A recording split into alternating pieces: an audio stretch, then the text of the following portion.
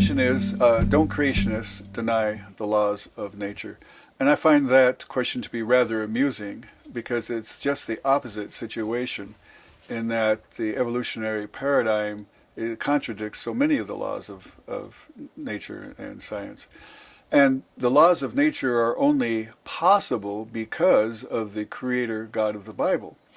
And the reason that these laws of science were found and developed in Europe was because that was the part of the world that held tight to Scripture for so many centuries.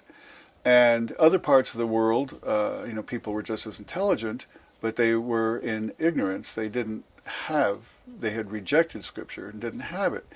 And the reason that's so critical is because belief in the God of the Bible is belief in the God of order, for Scripture tells us that He is the God of order.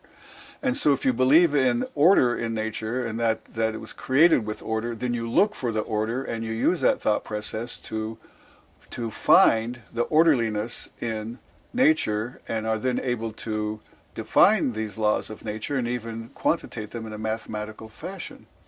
So the existence of science as we know it is because of the God of the Bible and because of these scientists who were creationists and put their faith in the God of the Bible.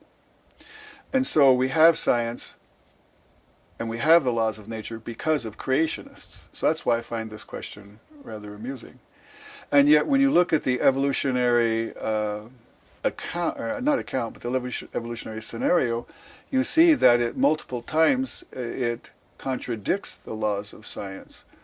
For example, for so many years we were told that DNA originated in the ocean, that life came out of the primordial soup.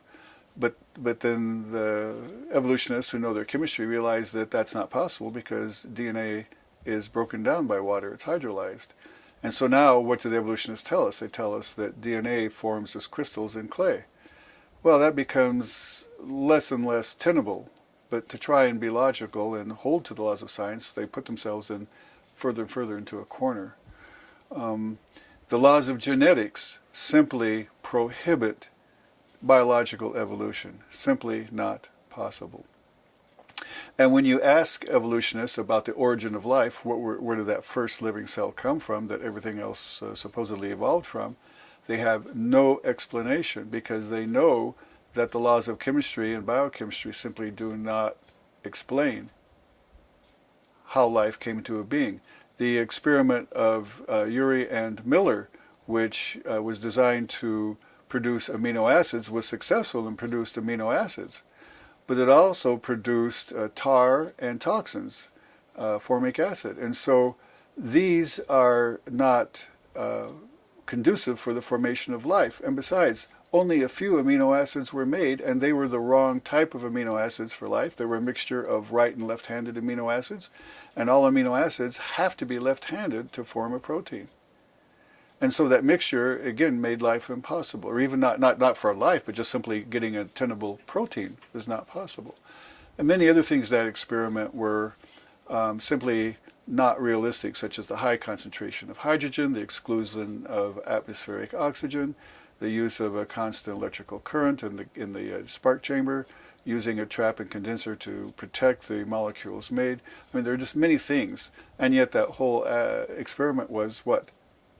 Designed by an intelligent being to try and reproduce what they thought might be the conditions of early life. So this whole question is, I think, rather amusing.